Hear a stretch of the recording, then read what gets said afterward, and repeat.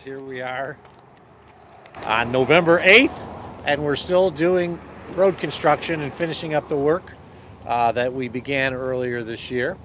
I'm pleased to be joined by our Commissioner of Public Works, William Geary, as well as our Deputy Commissioner of Public Works in charge of Highway Division, Karen Hoke, as we discuss the kind of the roundup of what was done this year.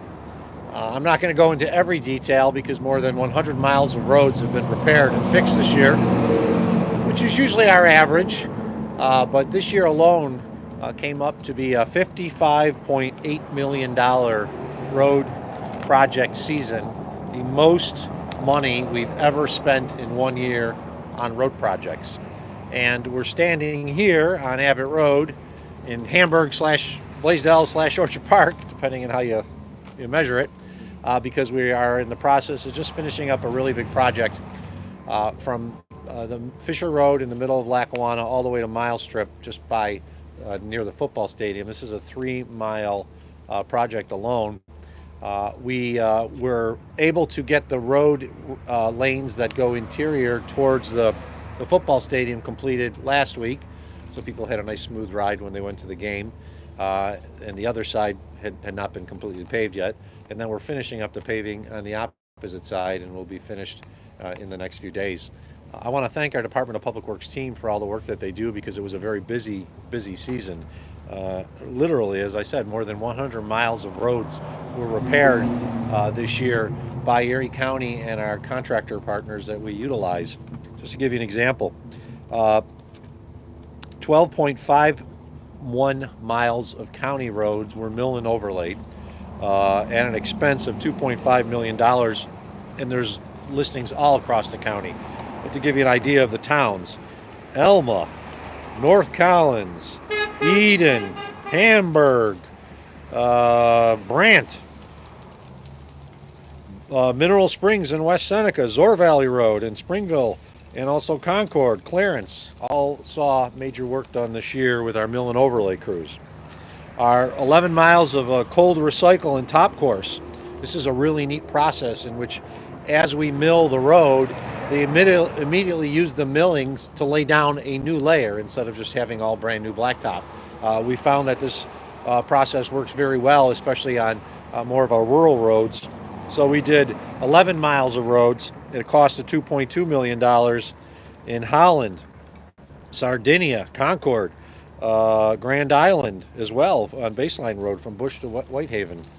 And then, of course, we did 71.5 miles of roads, oil and chip, which is what we use predominantly in our rural roads, across the entire compass of the rural communities of Erie County. I'm not going to go into every town because every town basically saw it.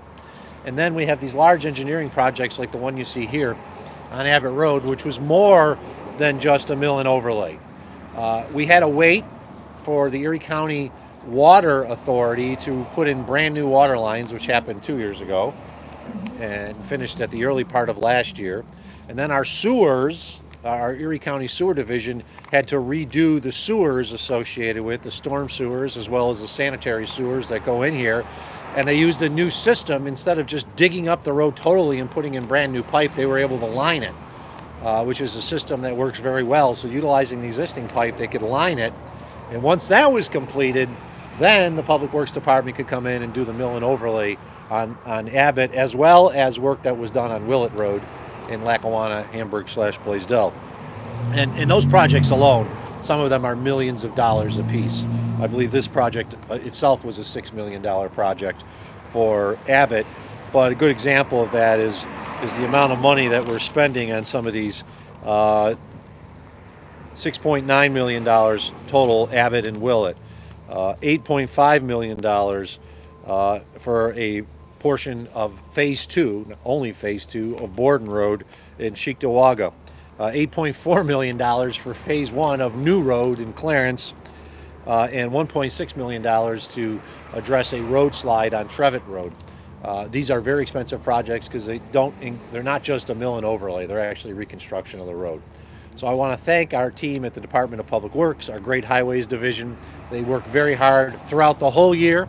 We're already starting to transition some of the trucks into winter in case there's an early snow, but we're going to finish as much as we can this year with projects before we just shut down and close for the winter season. It's pretty much coming up at this point right now, as you'll hear from the commissioner. And I just want to thank Mother Nature for giving us a very nice fall that allowed us to get these projects done and not have to potentially push some of the closures off till next spring. So thank you all, and thank you, Mother Nature, for the good weather. With that, Commissioner? Thank you. Thank you again to the county executive. We wouldn't be able to do these programs without the cooperative efforts and the investments from the Erie County, as well as the legislature getting the money. As the county executive said, this is our most expensive program. About 50% of our projects, the engineering projects like Abbott Road, New Road, Bowen Rd, those are multi-seasonal type projects. As you can see, there's an extensive effort of coordination that the team in Public Works, Commissioner Hoke, and our Director of Engineering, Darlene Savoskos, goes through working with Erie County Sewers, Erie County Water to make sure that all these projects are done in a proper sequence so that the disruption to the traveling public is only, course of maybe one season, full season, maybe this year into next year. But all our roads are extremely important. Abbott Road, though, is a major important arterial for the southern half of our county to get ambulance service to the nearest hospital, which is South Buffalo Mercy. In Erie County's jurisdiction, we basically take from South Abbott all the way into Dorrance, into the city of Buffalo. So this year, first responders and anybody getting a ride in the ambulance on the new service is going to be extremely impressed and be able to get there hopefully in a faster amount of time now with the newer surfaces. But as he said, we're also transitioning. Our season has gotten a little bit longer. We're going into the middle of November now. Our major reconstruction jobs will continue to go until the snow flies. So as long as we have these above average normal temperatures, New Road, Bowen Rd will continue to get more work done this year so that next year we can finish up hopefully sooner. But our maintenance forces, who also do the other half of our $55 million program, they're getting plow trucks ready, but also getting advanced work done on projects that are going to go next year. So I think currently we have about 30 plow trucks ready. Our salt facilities, we built 3 new salt barns. So we increased our salt capacity. They're getting filled up right now. I was out yesterday with our crews. We have a brand new one in our Aurora district. We also have one down in Concord and out in Lancaster. So the salt's coming in, we're filling them up, and hopefully we can hold off on that till the first of the year. But the crews in DPW will be ready for whatever Mother Nature throws. Thank you, Commissioner. In addition to new salt barns, we have a new facility, Yes. which we're just about to open in Lancaster, and we're actually going to have a dedication for that very soon. So hopefully you'll join us. I also want to know we have our Deputy County Executive, Lisa Shamari, here. I invite her up to say a few words. Lisa has got an interesting viewpoint because not only is she Deputy County Executive, but she's a former legislator. So she understands what it's like fighting for the dollars in your district to get the road projects done. So, Madam County Executive. I first of all want to, of course, thank our county executive. Roads have always been a priority to him. When I was a legislator, we would have project after project coming before the legislature, and it was so critically important. Roads get us to and from work. They provide services to all of our residents. I also want to thank all of our workers, Commissioner Geary, Deputy Commissioner Hoke. They lead such great teams to do this work each and every day. You can see them out here continuing this great work. And we are ready. We are ready for winter. So thank you for all the time and effort you've put into this great project. Thank you. One final thing about Abbott Road and why it was very important to get this done before the winter season hits is this is an important north-south connector.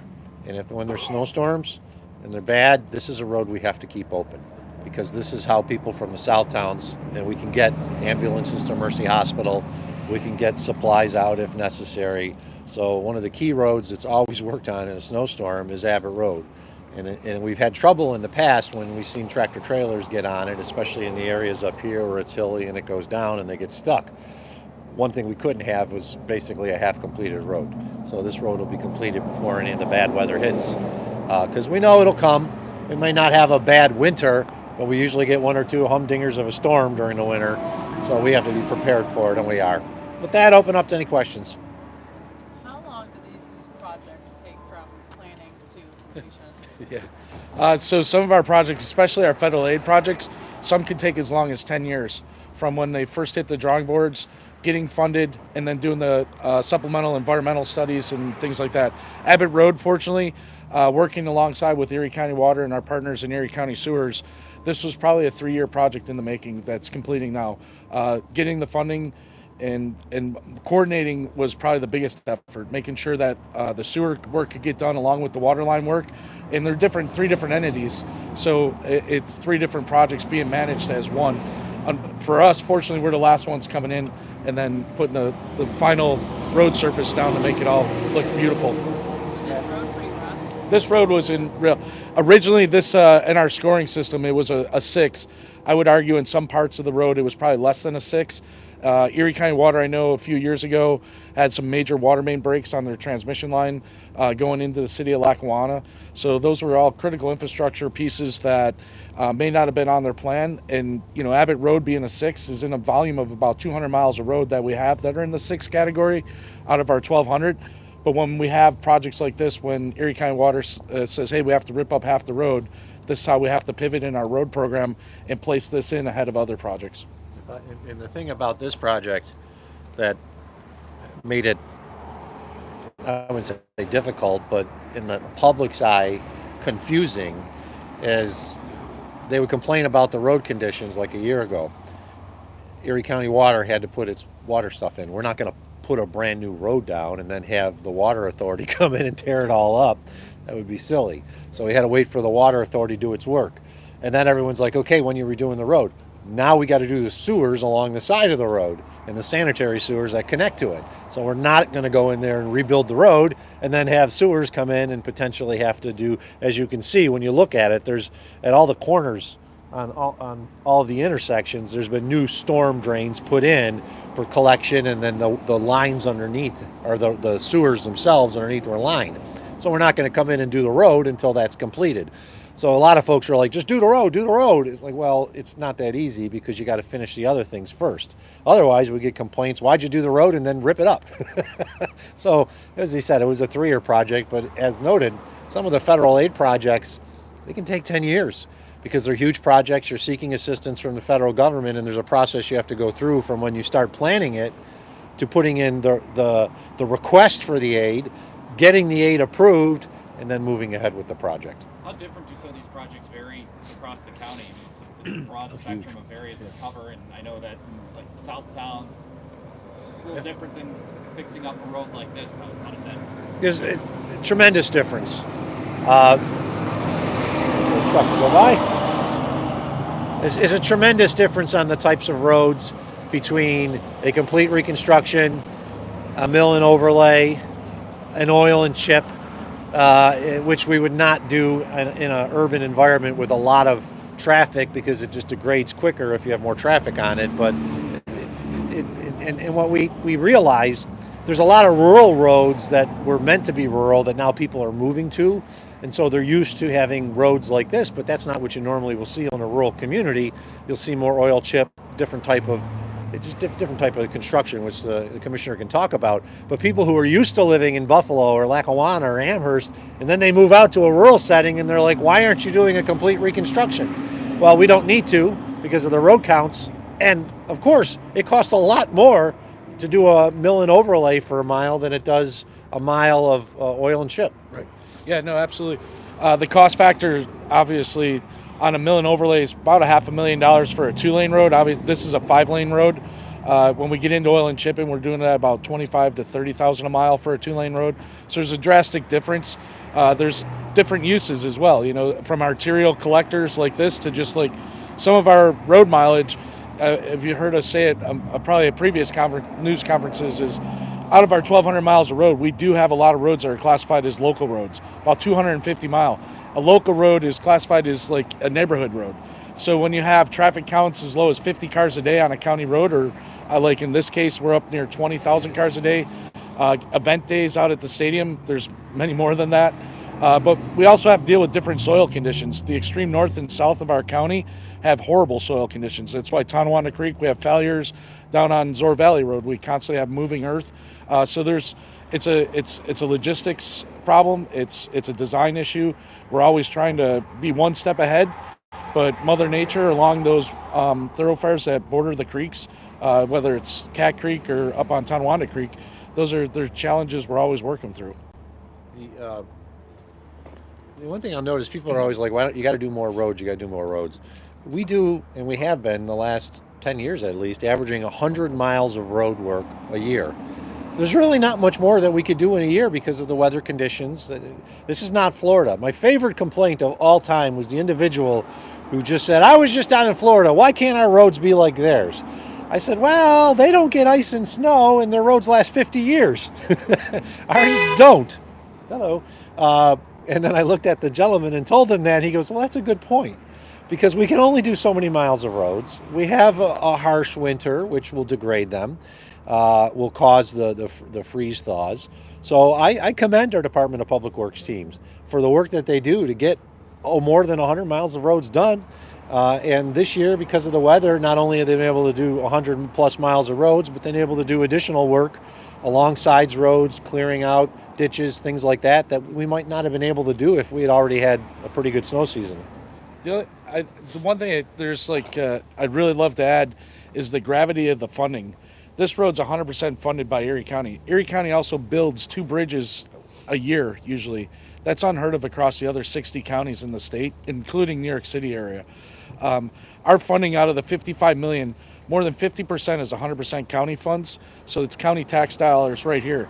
We only get about 10% of our funding from the federal government, and the other 30 to 40%, depending on how the state aid works, it comes in through our CHIPS, Consolidated Highway Improvement Program, which all highway departments benefit from. So the large portion of our program is 100% county funds, and it gets reinvested back in our community through these contractors, through our staff.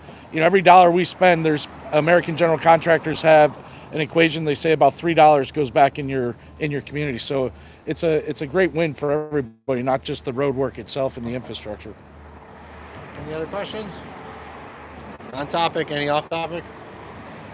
We're here. Yeah, I think the big news of the day yesterday was Sumitomo, Sumitomo yeah. Rubber in Tonawanda. Just your thoughts on the closure of the plant and leaving more than 1,500